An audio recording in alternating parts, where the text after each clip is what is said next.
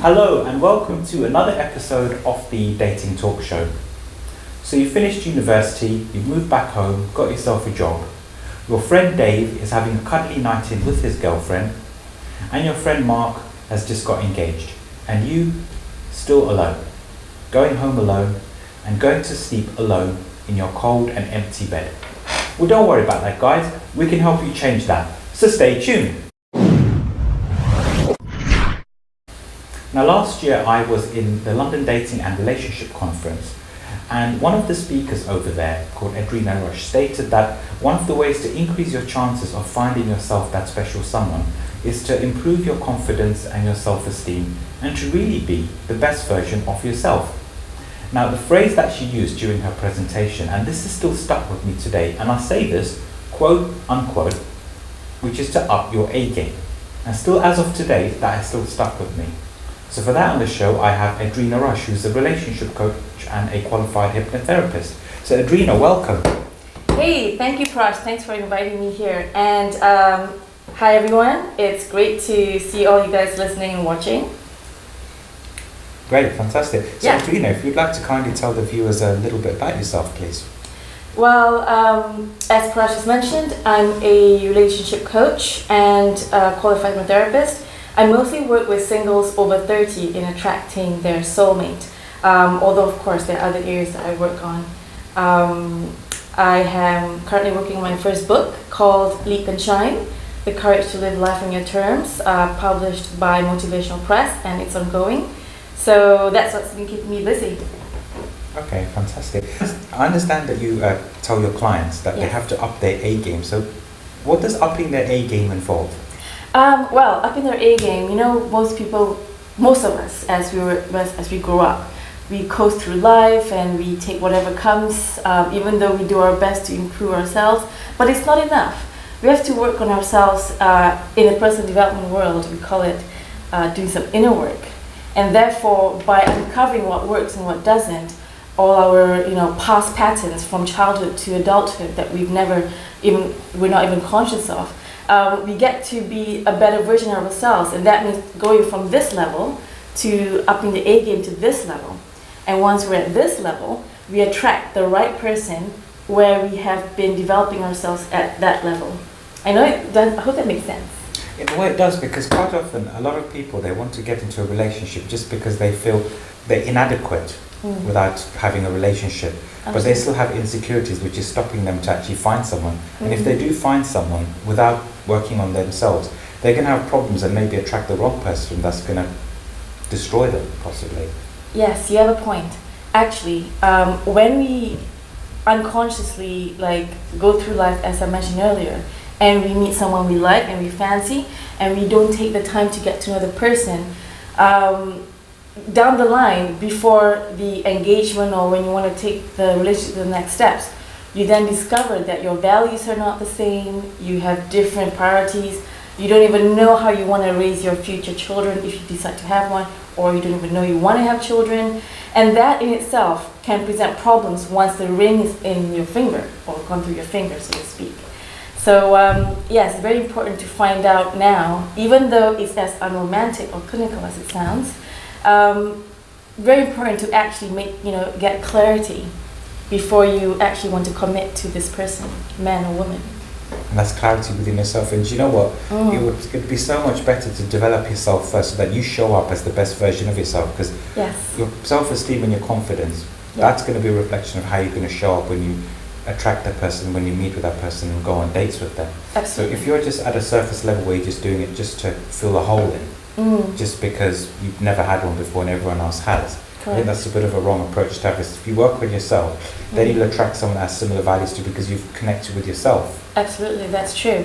And there was someone I remembered. It doesn't matter if we're spiritual or not. What matters is there is some truth in that in order for us to be ready and open to attract a life partner, a soulmate that is truly compatible, the word is compatible, we have to connect with our divine self. As much as it sounds airy-fairy to some of us out there who's not into the spiritual stuff, the thing is, there is something that's beyond the logical mind that's at work and that's invisible.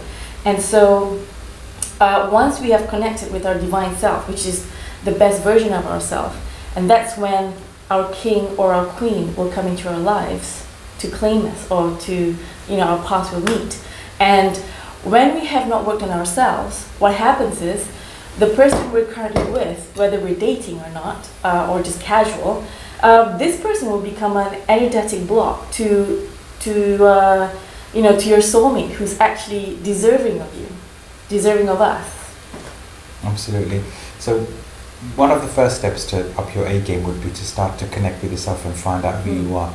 So exactly. Where do you begin? Well, where would one begin? Where would one begin? Well, we can start with books, audio tapes, seminars, seeing professionals. It can be a therapist or a coach. We're all coaches here, and we care about the people that we work with.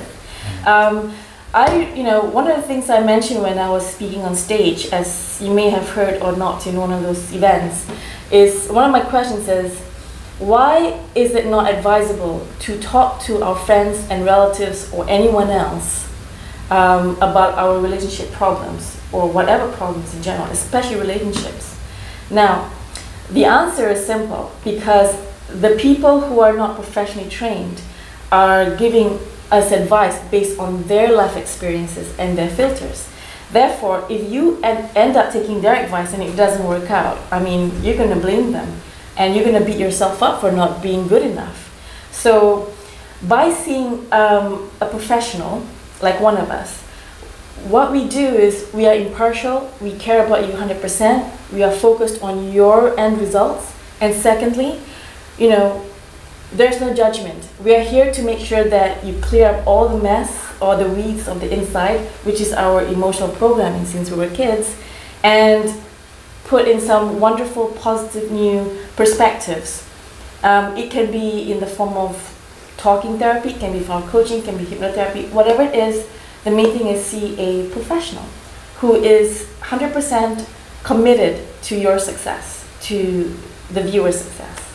Another element of finding a professional is that they're non-judgmental, because you were saying about when you talk to your friends and family, they're going to give you advice based on their paradigms. Correct. And how they see the world. Yes. Whereas a coach would see it in a completely non-judgmental way. So whatever paradigms you have, you could imagine it's all tangled up. They'll untangle it and create it again in the best possible way. I think that's a great analogy that you could use. Think of it as going through the washing machine. We have clothes that are stained, which is our paradigm, right? Since we're kids, we put it in the washing machine, and the washing machine is the coach or therapist or both, and then put in some soap and softener, and that would be the work that we do together. Boom, come out, and you're in a much better place emotionally, physically, mentally. Yeah, pretty much. So you're a new version of yourself, at least better than the previous one. And a cleaner version as well, because you've been cleansed. Exactly. Especially if you've had a bad past, which is actually going to be what my next question is going to be. That if you've had a bad past, now the washing machine, I like the idea because it's all stained and soiled, whereas when it gets cleaned, you are cleansed. Absolutely. Now, if you've had a bad past, what things could you do then to up your A game? Well, to up our A game, I don't know. I think you may have heard of Dr. Barbara DeAngelis. She's a relationship expert as well, and I think she runs along the league with John Gray, who wrote Men Are From Mars, Women Are From Venus. Now, I agree with her. What I like about her writing is that she's as blunt as I am. That's why I resonate with her very much. The thing to up with our A game is to, whether we like it or not, to make time to heal. And she also mentioned, and I would agree, to do deep emotional work. It could be in the form of seminar, seeing a person, professional one-to-one, but we have to make the time to actually do some cleansing on the inside. We've got to go to the washing machine and the tumble dryer. Absolutely. And you just come out to be the new you. Yes, and we must apply what we've learned, because we may know, but a lot of us know and don't apply, and therefore we live the same lives, attracting different women or different men. Pardon my French, different person, same shit. Absolutely. Now, I know that a lot of people, seminars and books are the best way, but then it's too easy to get caught up into all the theory and become a seminar junkie. Exactly. How can you prevent that from happening and make sure that whatever you learn, you do digest and absorb and apply? Now, I used to be a seminar junkie.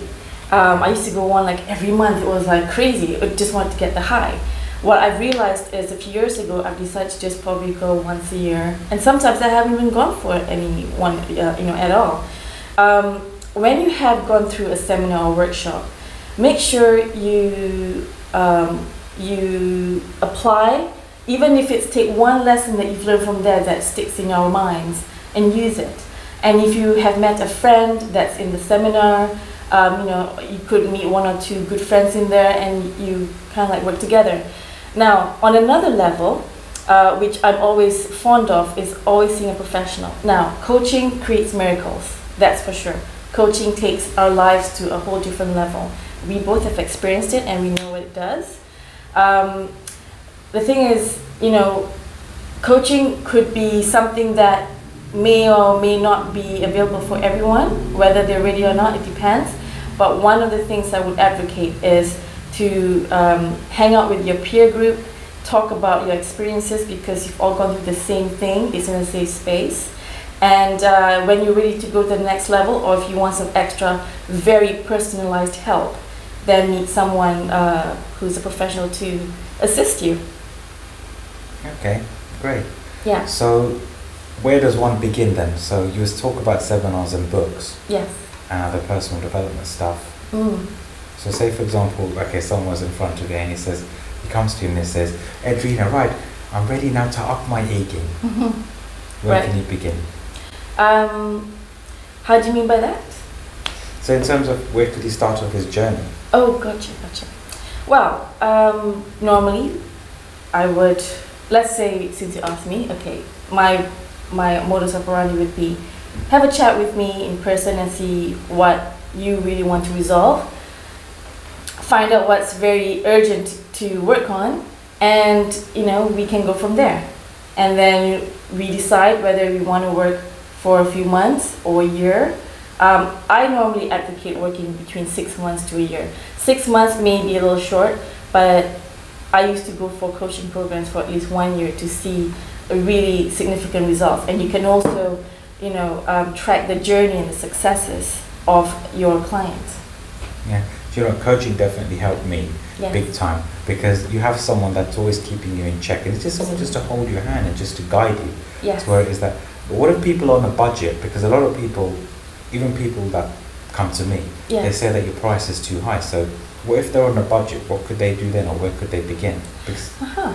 Well, good question. When they're on a budget, ask them, how much you really want to get this result? Because sometimes we can't put a price on results. And believe me, when they really, really want something, they will do whatever it takes to get it. As I know, I have done before. I've put 10 grand for something that I know at the time was out of my range. Because in life, life is all negotiable. The only thing we cannot negotiate is death. So work out with whoever that came up to us and say, hey, how can I help you? Let's figure out a way. It could be maybe go to some YouTube videos for now and keep in touch with the person you spoke to and see how you want to, when you're ready to work on the next steps, just get in touch with the person and work out a plan. Maybe for an hour or half a day or a month's work, because I'm sure they can afford to pay for 1 month rather than 12 months.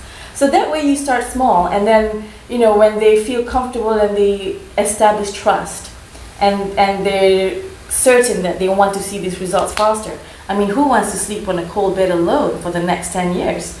There's so many single over 40 somethings in London. It's unbelievable, as attested by online dating sites. So are you willing to wait another 10 years to sleep alone or with random person? Or are you willing to put the investment in yourself and find a professional and to just help you out and guide you on your journey until the right person comes?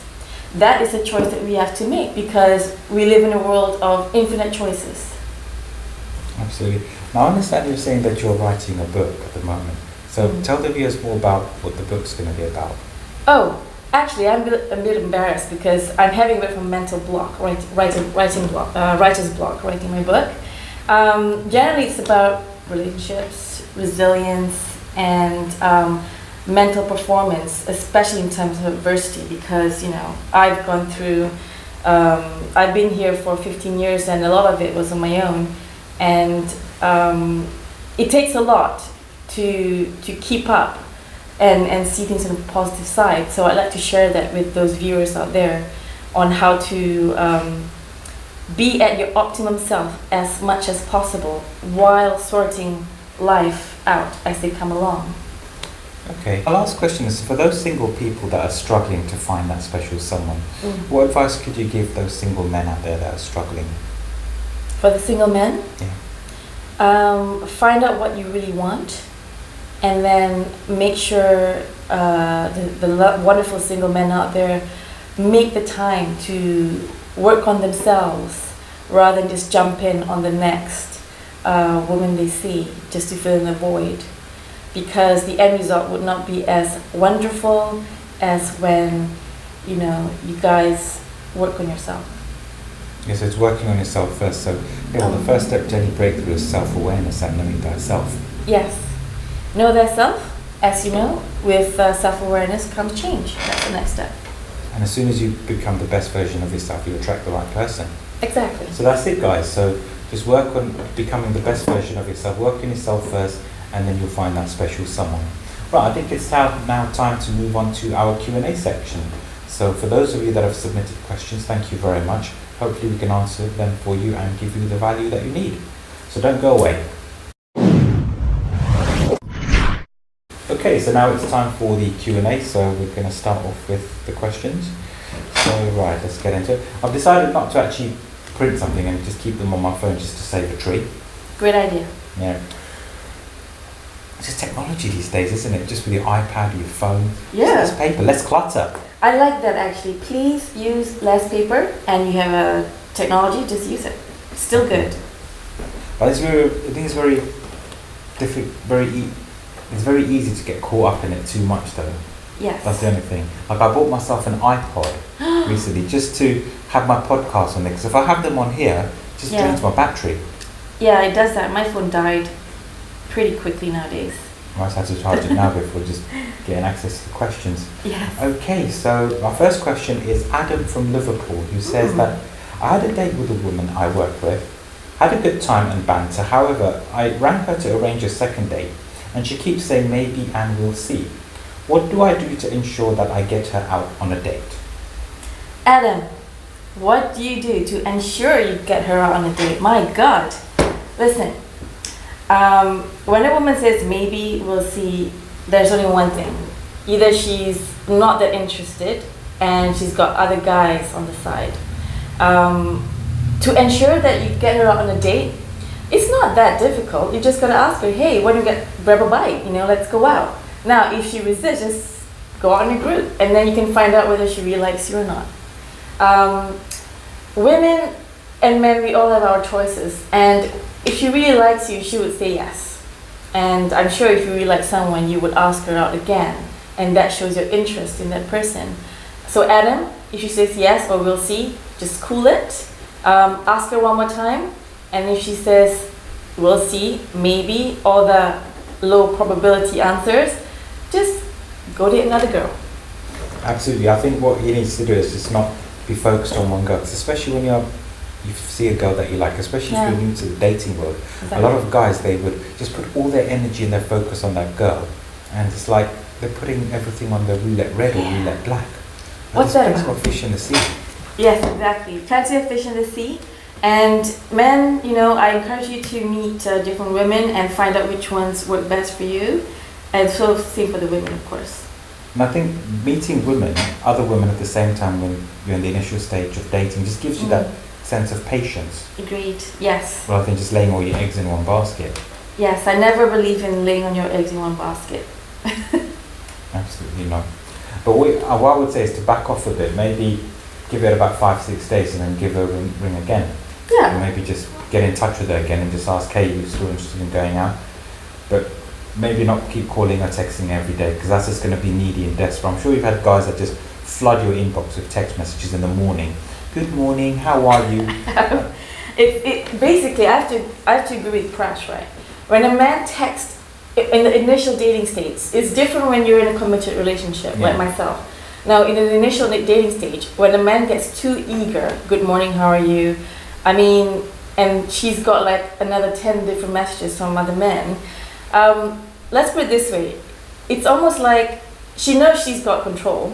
And secondly, she gets bored after a while. So stay cool. Stay cool.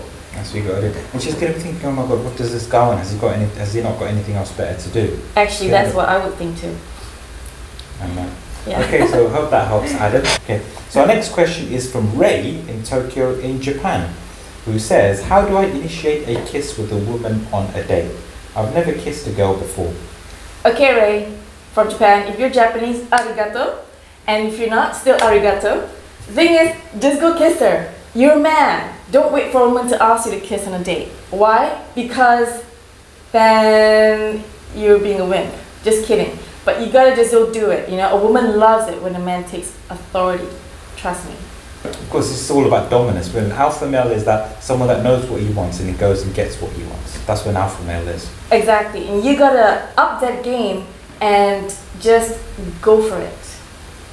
One thing which you could do, I don't know if you've heard of Mystery from the book The Game. I have. It has a couple of tactics. See, I started using them first when I dated, but as I got more into it, I just do it. But Yeah. what you could do is, if you're struggling, is say if you're in conversation with a woman, so if it's the first or the second date, if it's somewhere nice and dark, so it's a lot more seductive environment, you could say, hey, how much of a kiss are you on a scale from 1 to 10? That's a Now that's good quite question. an open question. Now if she says 2, and I said, well, what makes you think so? You can challenge her. I said, let's find out. Yeah. If she says 9 or 10, she said, really? Well, prove it. Because again, she just has to qualify herself. She has to justify herself. So you're challenging her. And Yeah. women love being challenged. As we do. That's a great question, Prash. I like that. And thanks, Mystery. Another one you can also use, you can be a bit cheeky here. Say if you're just talking to us, imagine you're just talking on a date, Yeah. you're just having a bit of a chat, Yeah. and they say, oh, by the way, would you like to kiss me? Now, she There could you say, go. yes, then do it. If she says no, I said, I never said you could. I just thought you had something in your mind because I just saw a little glimpse in you, but I could be wrong. I like that. That's See? another one. So you've got a lot of options. You've got the one that just go for it, the one that How much of a good kiss are you on a scale from 1 to 10? exactly the And testing would you bit. like to kiss me? If The she says direct yes, question. go for it. If not, I said, no, I never said you could. I just thought you had something on your mind because I saw a glimpse in you, right? But There you go. but I was wrong. And Smart. just own it when you say it. Yeah. Yeah. Own it. Do it. My next question is from Rubaiyat from Dhaka in Bangladesh, who states, there was a girl I liked in college. However, she is dating someone else and I can't stop thinking about her. How do I move on? So he's in college, university. There's a girl he liked, fancied her, but she's dating someone else and she Cool. can't stop thinking about him. Obviously, he needs to get over it and move on. So, any tips for that? Well, I think Rubai needs to just let her go. Number one, it's not cool trying to get someone else's woman, and here's the primal bits coming out. And also, just go to different events, meet new people, especially get to know more girls. I mean, you're still young. When you meet some really nice girls who would probably be even nicer than the girl that you wanted, gradually this person will be, pushed out of your mind, because at the end of the day, what matters is what's now. Who are you meeting? Yeah, Absolutely, because I think quite often, especially at a young age, they think, oh my God, that's the one. exactly. And they just get so heartbroken and they just get so disheartened by it. Yeah, And I think what they need to do is meet other women. I think accept the fact, first of all, because I think once he accepts it, there's going to be less suffering and Agreed. less stress over it. yeah, And yeah, just move on, just accept the fact she's with someone else and just remind himself that there's going to be someone out there for him and that he will find that special someone. If he affirms that to himself, because agreed. affirmations are quite powerful in that way, It is, changing yes. your beliefs. It is a way of self-talk. And also, Prash, think of it this way. You just let her know that, hey, when you're single again, just let me know, and we can hang out. That way, relationships, especially when it's university stage kind of thing, may or may not last, and she may or may not be the one. So give her the option, like, hey, you know what, you can always come to me, come and talk to me if you need someone to talk to. And that gives her an opening to come to Rubaiyat. Okay. The only thing is though is that if he goes too much into talking, he might end up in the friend zone. Because I think if he, because what I find with that some guys is that they'll get into their trap that they'll still be there for them, but then when her boyfriend's beating him and he's going to go to him to cry on his shoulders, he might fall into the gay best friend zone. Oh dear. Yes, there is a possibility there. So However, keep a balance with that. true. Keep a balance. So only do it to learn. But I think also show that he's busy. I think if he shows that he's associating himself with other women, that will up his value in her eyes as well. Yeah, I agree with you on that one. The thing is, Rubaiyat, that there are many other wonderful women out there waiting for you. So leave her aside. There's plenty more you can meet. Okay. When somebody's taken, when they're not available, that's it. Yeah. Just move on. Well, I hope that helps, Rubai. Next one is from Peter from Uxbridge in North London, which is, how do I ask a woman for her phone number? Well, just ask her, say, hey, is it okay if we get in touch? Ask her nicely, with a smile. And she's probably going to give it to you if you're nice to her and say, hey, it would be nice to go out for coffee. Would it be okay if we stay in touch? She'll gladly give it to you. Or as some guys would do it the alpha man way, it's like, give me your number. What I do is, what I tell my clients to do is, so say for example, I'm just talking to a woman that I met for the first time and I want to ask for her phone number. So I would end the interaction as, hey, you know what, I got to go, but you know what, I'd love to take you out for a coffee sometime. I don't ask her, I tell her, you put your number in there and I'll get in touch with you. Tell her, put in your number, don't you tell her, you lead her. That's it. Because women complain about that men aren't alpha enough. Make it easy for them. Women want to be invited. They want to be approached and asked out. Make it easy for them. So what I would do is just pull your phone out, put your number in there, tell her, lead her, don't ask. Yeah, just, you gotta be the leader, because women, as much as we love, to be the leader of our own lives, we all are encouraged to be leader of our own lives. It is, what we want is a man who is able to be a leader, because, not that we want to be a follower, but we want to see we want to see the man to have some strength and confidence to actually lead and invite us out. Absolutely. Okay, so I hope that helps, Peter. Next question is from Chris from Great Yarmouth, who says, I'm a student studying A-levels and don't have much money. Do you have any creative date ideas where I can take this one girl I fancy in my class? Great question, Chris. Great question. Now, I remember when I was a student, I also didn't have much money.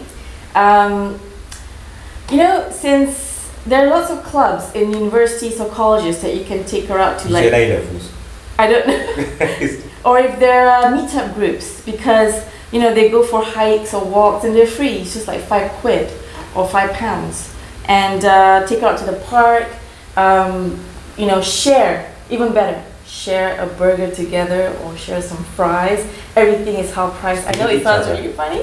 Feed each other. Feed each other. Yeah. It actually, as much as it sounds quite cheapy chirpy, is actually a form of bonding and intimacy by sharing food together. And what better ways to bond than sharing food?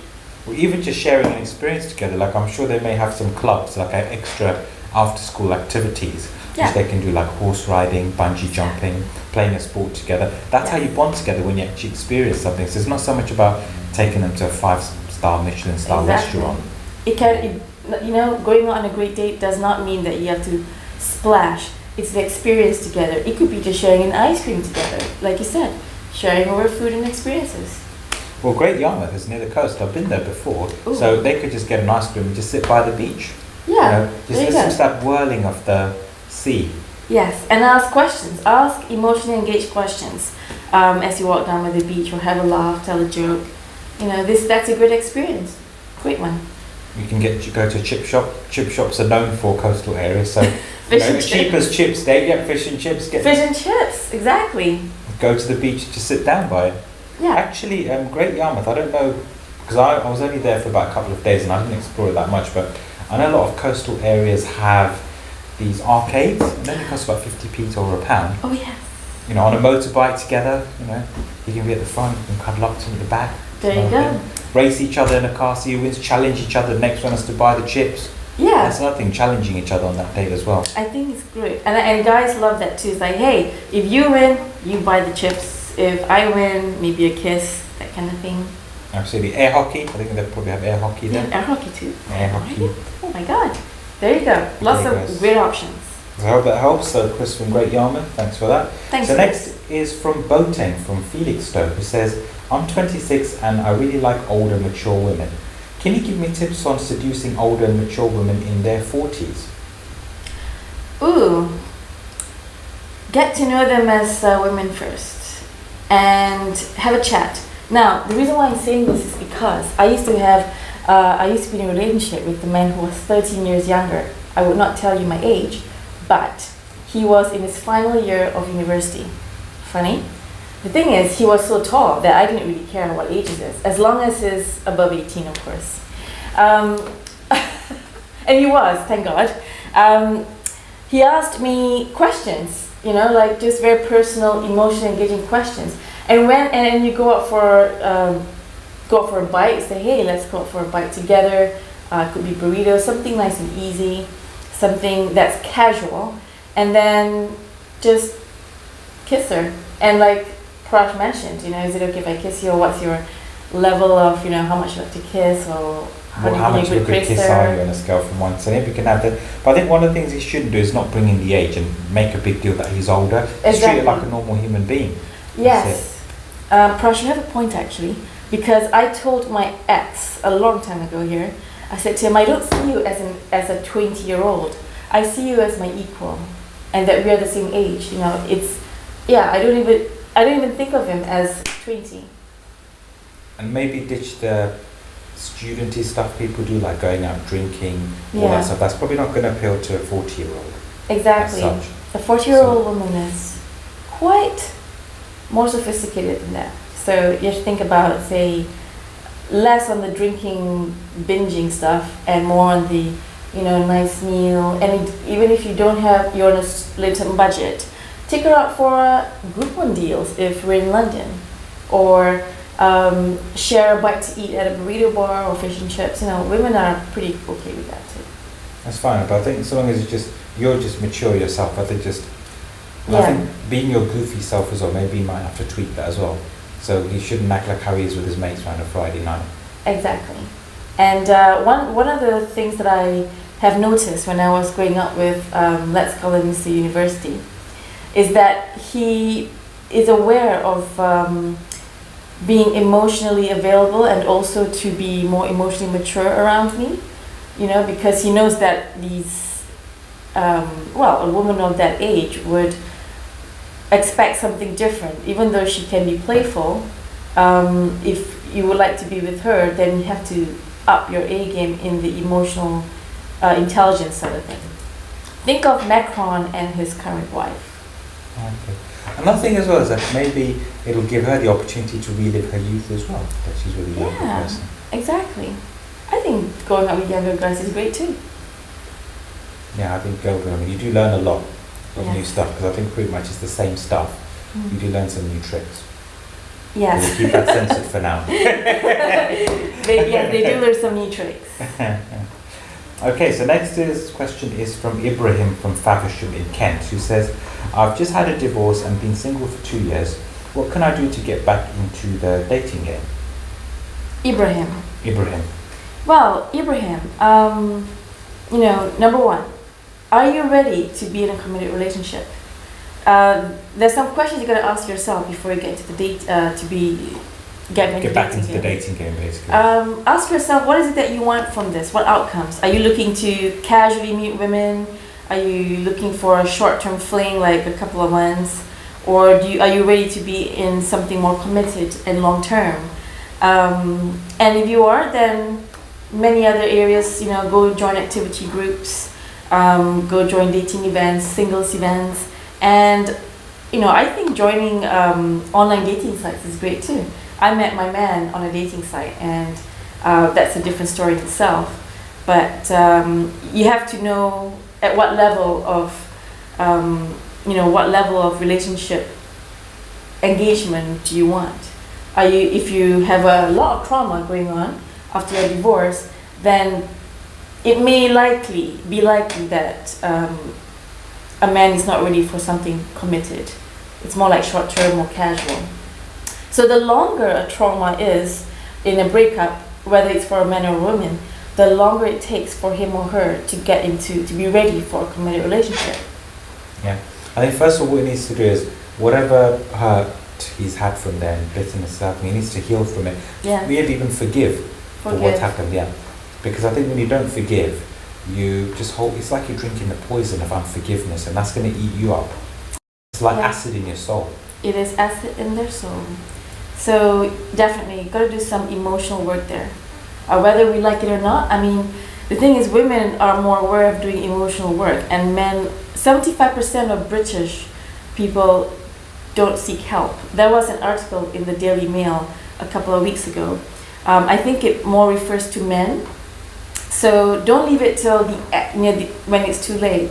It's better to start now, no matter how painful it is, and just deal with it. Yeah. But before you do get back into the dating game, Ibrahim, what I would recommend first is any unresolved issues that you have from your previous relationship, make sure that you clear that up so that you're a clean slate when you do find your new relationship. Because a lot of people find, or what a lot of people do is they feel that, I might as well find someone else to get over their previous relationship. But the shit that they've had in their previous relationship, they end up taking, and that's how they show up in their new relationship. And before they know it, they're back to square one. So heal, forgive, and become a clean slate. Clean slate, and please, guys, whatever you do, don't go into another committed relationship just to fill in that space, fill in the void. It won't last because you haven't dealt with the past unresolved issues. Because you're going to show up completely differently, aren't you? Mm-hmm. Okay, I hope that helps, question. Ibrahim. Okay, so next one is from Pietro from Milan in Italy, who says, Pietro. If I'm introduced to a mutual friend that I like, how do I progress the conversation? Well, it depends what is the environment. Was it at a dinner party or anything? Well, here's the thing. When you're introduced to somebody that you like, ask that person a lot about herself. People love talking about themselves, and just ask questions that are engaging, like, hey, so, how did you know him? Or, what do you do? Oh, what do you like about tonight? Or, how long have you been here? Why did you come to this country? Or what makes you love this city? You see what I mean? Just ask a lot of questions to that person, because they end up really thinking, wow, I think this guy is really interested. I like talking to him. I feel like there's some kind of connection. Well, Dale Carnegie says in his book, How to Win Friends and Influence People, that the best way to be interesting is to be interested in that person. Absolutely. That's right. Be interested in other people. Genuinely. And also talk in terms of other people's interests, because what do people like talking about most? Themselves. Exactly. But in terms of, being introduced to a mutual friend, so depending if it's at an event, say, what's inspired you to come to this event? That's one way to start a conversation. I think when it comes to asking questions as well, don't ask generic questions like, have you been here before? Have you come here often? Because, a lot of people, like, I'm sure if people ask you, what do? You probably said that a million times before. So you're in like an autopilot mode, aren't you? You're not really thinking about it actively. Yeah. Whereas if you ask questions which you've never been asked before, it's going to activate a different part of the brain. And that makes that interaction more memorable. Yes, and also ask open questions rather than yes or no, because it's more entertaining. Yeah. Another thing which you can also do is speak good of whoever introduced him to him. So if he's a really good friend of his, tell him how of a great friend he is. Exactly. Because if you speak good of other people and compliment people, it shows what sort of a person you're going to be, rather than if you speak ill of people, that's going to backfire. That is true. So the person who introduced you to that person, just speak good stuff. Big them up. Big them up. I like that. Okay, so I hope that helped. Okay, next question is from Paul from Torquay in Devon, who says, I don't drive. Will that affect my chance of being successful with women? Hey, I don't drive either. You don't drive either? I don't drive either yet. But here's the thing. There are many ways. If you can ride a bicycle, that's great. Motorbikes. Ultimate thrill. If he's Ultimate thrill. Yes, if you do motorbikes or a bicycle, invite them out for a ride in the park, or if the weather's good. Women aren't that fussy, although I'm sure there are others who think, oh my god, he cannot drive, how useless.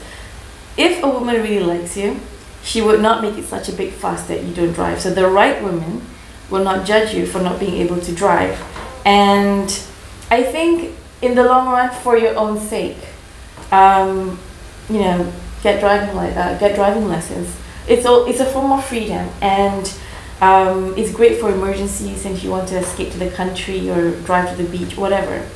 The right woman, however, will be okay that you don't drive at the moment. She will probably be happy to support you in your journey of being a driver, a safe driver. Yeah, another thing as well is that he's obviously got limiting beliefs, so he feels that because he doesn't drive, he's not good enough for women, but he needs to reprogram that belief of his.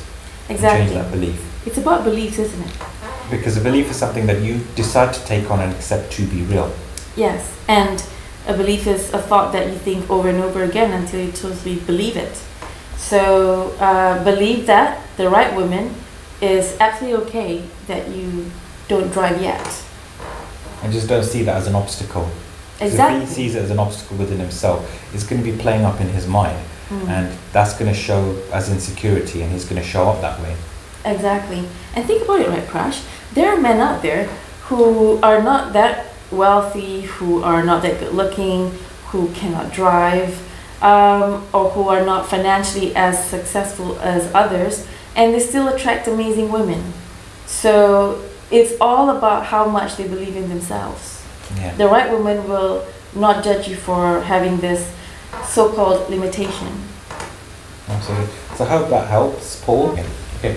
So next question is from Zach from Warrington in Cheshire, which is it best to start holding hands on the first date or the second date when I start dating?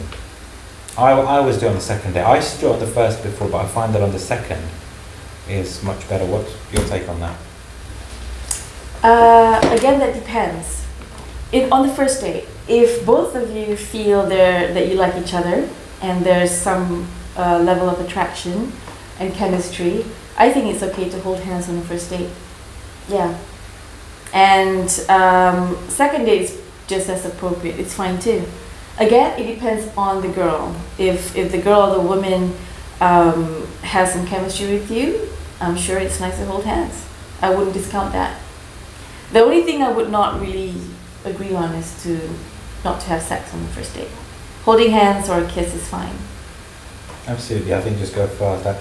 And I think what he's probably worried about is that if he's going to get rejected by us, he has to remain non-reactive about it as well.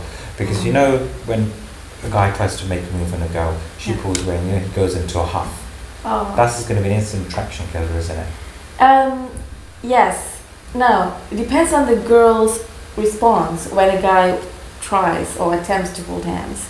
If she's not ready yet and she will pull away, and hopefully she says, I'm sorry, I'm not ready yet. Now, you as the man who initiates, which is great, to say, it's okay, I know you're not ready, it's fine, and just get on with it. For those women who are emotionally more aware and they, the guy really wants to hold hands and they're not ready, just say, hey, I really like you, but I'm not yet ready to hold hands. I hope that's okay. I'm sure maybe next time, second date, next time, we'll definitely enjoy ourselves a bit more and I should be ready. Yeah. So that is an opening. That's another thing which you can do. You can be a bit cheekier. She pulls away. So you can say, well, do you know what? It's the man's job to try and the woman's job to resist. So I'm just going to keep trying with a cheeky smirk. Exactly. And a woman is a vessel of receiving. So the man will give and therefore, in this case, attempt to keep holding hands. And as long as, if you're going to a second and third date, it means she obviously likes you. So at that time, I think it's okay to hold hands with her. Absolutely. Right, so hope that helps. So I'm going to keep that. Okay, so next question is from Jigar from Mumbai in India, who says, normally when I date women, when I meet them for the first time, I hug them. However, this particular one that I'm dating at the moment isn't very receptive to the hug. How do I handle this as it created an awkward moment? So he has already met her. He's already met her. I think he's gone on a date with her, but he went for the hug. So when he's been on dates previously, they've been receptive to the hugs. Whereas this particular one hasn't been. Well, there could be a couple of reasons. She may not be that ready for intimacy, or in her family background or whatever in the past, she's not ready for physical closeness, which is fine. She needs to work on that, and you have to understand from her position, when you meet someone like that who is a little bit awkward and averse to hugging, just say hi. How are you? Just smile and either touch the shoulder, touch the arms, but not Brush the hugging. the hand. Yeah, maybe brush the hand. It's like for example, like say, hey Prash, like try it, like Well, hey like this. Edrina, yeah, or say hey, it's so great to see you again. Smile and just crack on. Okay, forget the awkwardness. That was already previous date. So get her to feel easy and trusting. And another thing, he could probably use that tactic that I gave in the previous holding hands one. When he tries it, he can say, no hug? Okay, well, it's the guy's job to try and the woman's job to resist. I'm just going to keep trying. Exactly. And, tease. Say, That's it, no hugs today? I'm okay then. Well, you can say, oh, you really broke my heart. You could do that. You could say, Yeah. it's nice knowing you, probably see you in 6 months' time. All right, fine, we're divorcing now. Just start the paperwork, I just need the dog back. Just do that. Make a joke. I Make a think joke that out of the it, girl will absolutely. break the ice. Yeah. Any situation, I think he just needs to reframe his mind. It's either going to go well, it's going to be funny. Yeah. Forget bad and that it's going to fail. Take Yeah. that out of the dictionary. Exactly. I view dating as a way of meeting new friends, Yeah. and have no expectations of how it's going to turn out. If it turns out well and you end up kissing or holding hands, great. Second, third, fourth date. And if it doesn't turn out well, by the first half hour that it may not go anywhere, then they say, hey, it was great meeting you. I know it's probably not going to work out beyond this, but I hope you meet the right person. Okay, well, I hope that helps, Jigar. So that's it for today's show. Edrina, if people want to know more about you and get in touch with you, how can they do that? Oh, thank you. Well, you guys can get in touch with me on my website. It's edrinarush.com. That's EDRINARUSH.com. Prash should probably have the details. I think Prash is a great guy, and I had a lot of fun on our first show. I think there'll be lots more wonderful stuff to come. Great. So thank you very much for watching. You guys have been absolutely amazing.